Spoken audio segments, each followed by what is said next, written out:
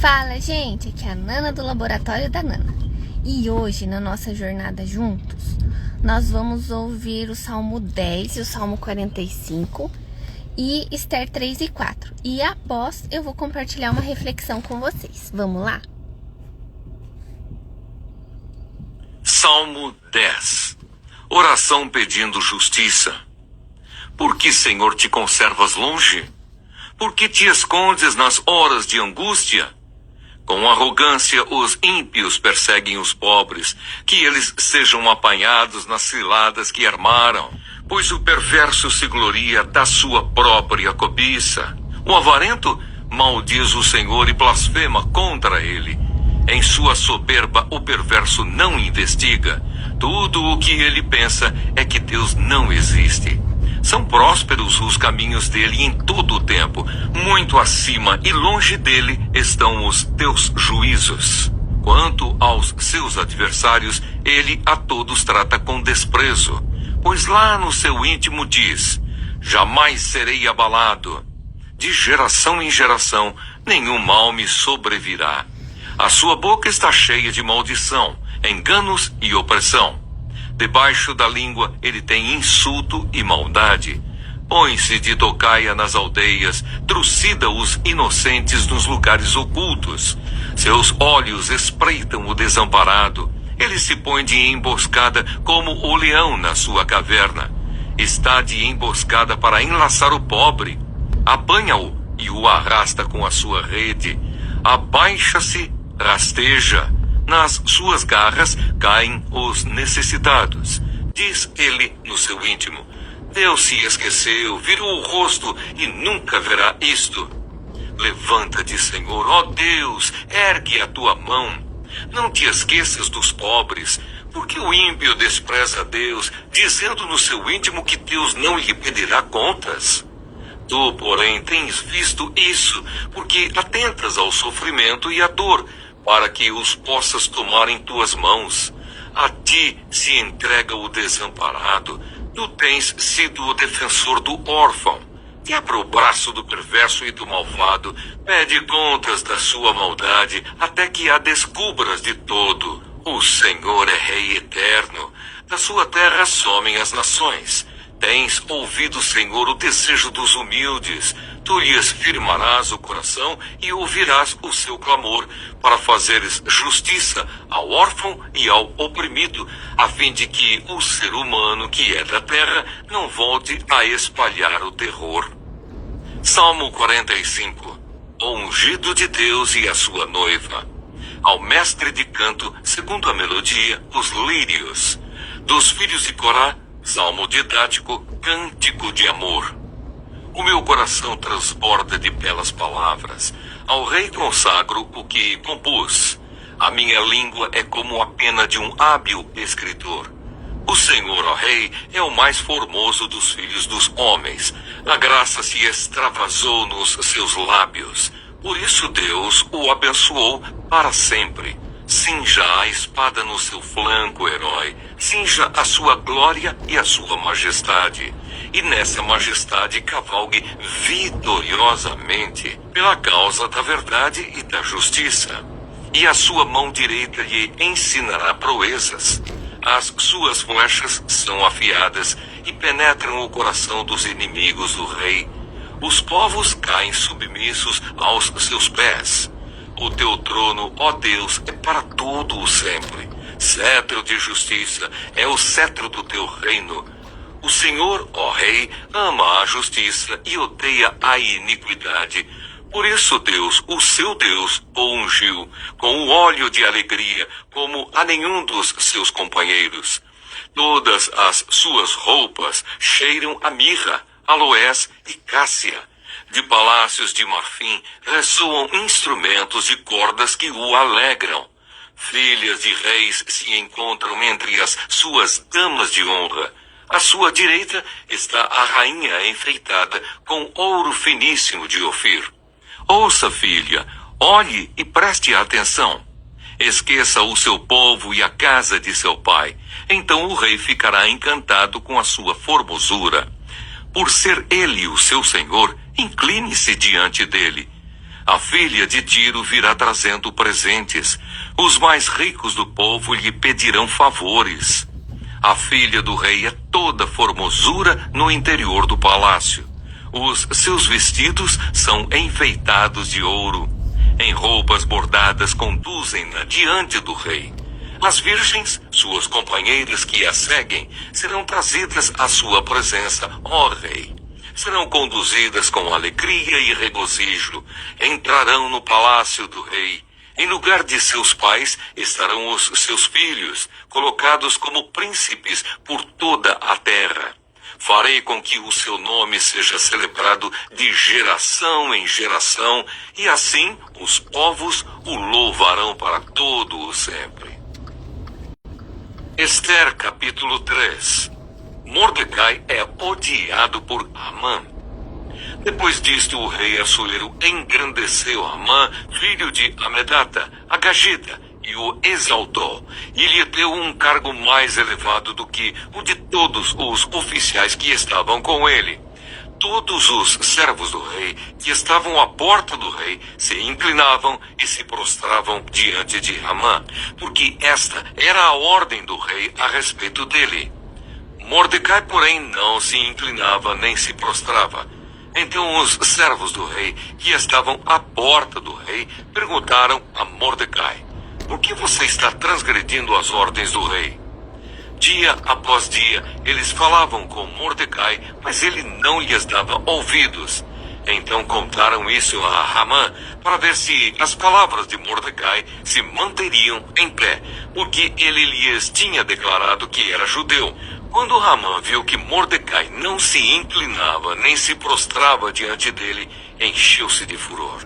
Porém julgou que era pouco nos seus propósitos atentar apenas contra Mordecai, porque lhe haviam declarado de que o povo era Mordecai. Por isso Amã procurou destruir todos os judeus, povo de Mordecai, que havia em todo o reino de Assuero. Amã pretende matar todos os judeus. No primeiro mês, que é o mês de Nisan, no 12º ano do reinado de Assuero, foi lançado o Pur, isto é, fizeram um sorteio na presença de Amã para determinar o dia e o mês. E foi sorteado o 12º mês, que é o mês de Adar. Então Amã disse ao rei Assuero: existe um povo espalhado e disperso entre os povos em todas as províncias do seu reino, cujas leis são diferentes das leis de todos os povos.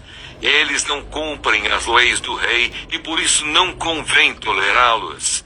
Se for do agrado do rei, decrete-se que sejam mortos, e eu porei nas mãos dos que executarem a obra 340 toneladas de prata para que entrem nos tesouros do rei.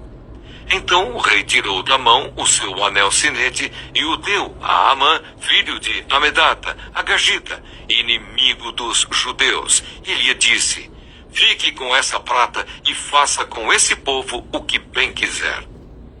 O rei decreta a morte dos judeus.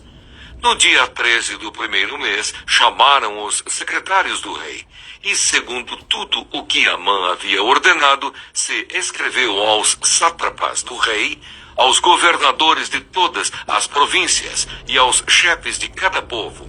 A ordem devia ser endereçada a cada província no seu próprio modo de escrever, e a cada povo na sua própria língua. Foi escrita em nome do rei Assuero e selada com o anel sinete do rei.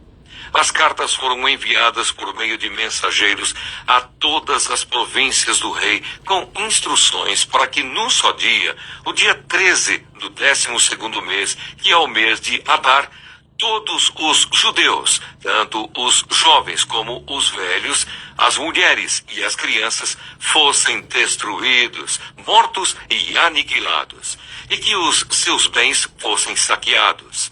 Uma cópia da carta que determinava a proclamação da lei em todas as províncias foi enviada a todos os povos, para que se preparassem para aquele dia. Os mensageiros, impelidos pela ordem do rei, partiram imediatamente, e a lei foi proclamada na cidadela de Suzã. O rei Assuero e Amã se assentaram para beber, mas a cidade de Susã estava perplexa. Ester, capítulo 4. Ester promete interceder pelo seu povo.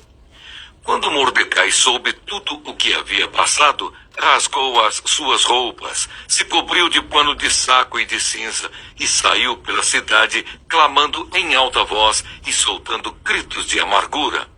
Chegou até a porta do rei, porque ninguém vestido de pano de saco podia entrar pela porta do rei. Em todas as províncias aonde chegava a palavra do rei e a sua lei, havia entre os judeus grande luto, com jejum, choro e lamentação. E muitos se deitavam em pano de saco e em cinza. Então as servas de Ester e os eunucos vieram e contaram a ela o que se passava. A rainha ficou muito aflita. Mandou roupas para que Mordecai pudesse tirar a vestimenta de pano de saco e se vestisse, mas ele não aceitou. Então Ester chamou Hataque, um dos eunucos do rei, que este tinha escolhido para a servir, e lhe ordenou que fosse a Mordecai para saber o que se passava e por que ele estava fazendo aquilo. Hataque foi até a praça da cidade para encontrar-se com Mordecai junto à porta do rei. Mordecai contou tudo o que havia acontecido com ele. Disse também a quantia certa de prata que Amã tinha prometido pagar aos tesouros do rei pelo aniquilamento dos judeus. Também lhe deu uma cópia do decreto escrito que havia sido publicado em Susã, ordenando a destruição dos judeus. Mordecai pediu a Hataque que mostrasse a cópia a Ester e a pusesse a par de tudo, a fim de que ela fosse falar com o rei e lhe pedisse misericórdia, e na sua presença lhe suplicasse pelo povo dela. Hataque voltou e transmitiu a Ester as palavras de Mordecai. Então Ester falou com Hataque e mandou que ele entregasse a seguinte mensagem a Mordecai. Todos os servos do rei e o povo das províncias do rei sabem que para qualquer homem ou mulher que, sem ser chamado, entrar no pátio interior para falar com o rei, não há outra sentença que não a de morte, a não ser que o rei estenda para essa pessoa o cetro de ouro, para que viva. E eu, nestes 30 dias, não fui chamada para comparecer diante do rei. Estas palavras de Ester foram transmitidas a Mordecai. Então Mordecai pediu que respondessem a Ester. Não pense que por estar no palácio real, você será a única entre todos os judeus que conseguirá escapar. Porque se você ficar calada agora, de outro lugar virá socorro e livramento para os judeus, mas você e a casa de seu pai perecerão. Mas quem sabe, se não foi para uma conjuntura como esta que você foi elevada à condição de rainha. Então Ester pediu que levassem a Mordecai a seguinte resposta: vá e reúna todos os judeus que estiverem em Susã e jejuem por mim. Não comam nem bebam nada durante 3 dias, nem de noite, nem de dia. Eu e as minhas servas também jejuaremos. Depois irei falar com o rei, ainda que seja contra a lei. Se eu tiver de morrer, morrerei. Então Mordecai foi e fez tudo o que Ester lhe havia ordenado. Bom dia, gente! Hoje vamos refletir sobre o Salmo 10, o Salmo 45, Ester 3 e 4, que falam sobre o clamor por justiça, o governo de Deus, a maldade dos ímpios e a coragem para cumprir o propósito do Senhor. Salmo 10. O salmista clama a Deus diante da prosperidade dos ímpios, que oprimem os mais fracos. Mas no fim, ele declara confiança de que o Senhor vê, ouve e fará justiça. Aqui aprendemos que, mesmo quando parece que o mal está vencendo, Deus continua sendo o juiz justo que defende os necessitados e ouve o clamor dos aflitos. Salmo 45. Esse é um salmo messiânico que celebra o Rei justo, cujo trono é eterno. Também descreve a noiva adornada para o casamento real. Esse salmo aponta para Cristo, o Rei, que reina para sempre, e para a Igreja, sua noiva. Somos chamados a viver preparados e consagrados para Ele. Esther capítulo 3. Ramá é promovido pelo rei e exige honra, mas Mardoqueu se recusa a se curvar. Isso desperta a fúria de Ramá, que trama a destruição de todos os judeus. Aqui aprendemos que a fidelidade a Deus pode gerar oposição e até perseguição, mas permanecer firme é sinal de fé e confiança. Esther capítulo 4. Diante da ameaça, Mardoqueu desafia Esther a interceder junto ao rei. Apesar do risco de morte, ela aceita o chamado e diz: se eu perecer, pereci. Aqui, Esther nos ensina que há momentos em que precisamos de coragem para cumprir o propósito de Deus em nossa vida, mesmo com riscos e incertezas. Refletindo sobre esses textos, o Salmo 10 nos lembra que Deus ouve o clamor do justo e fará justiça.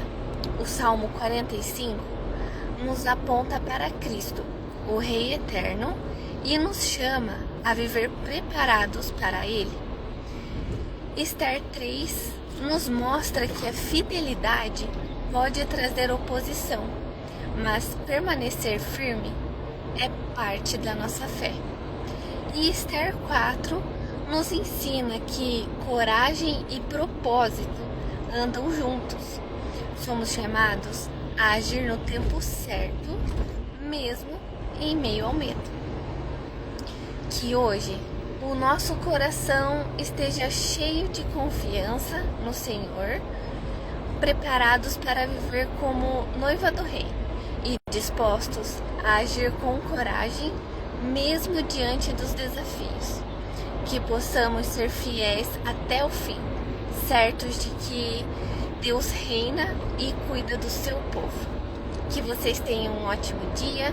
O vídeo vai ficar disponível no YouTube, então lembre de se inscrever no canal, de curtir o vídeo, de compartilhar. Fiquem com Deus e até a próxima. Tchau!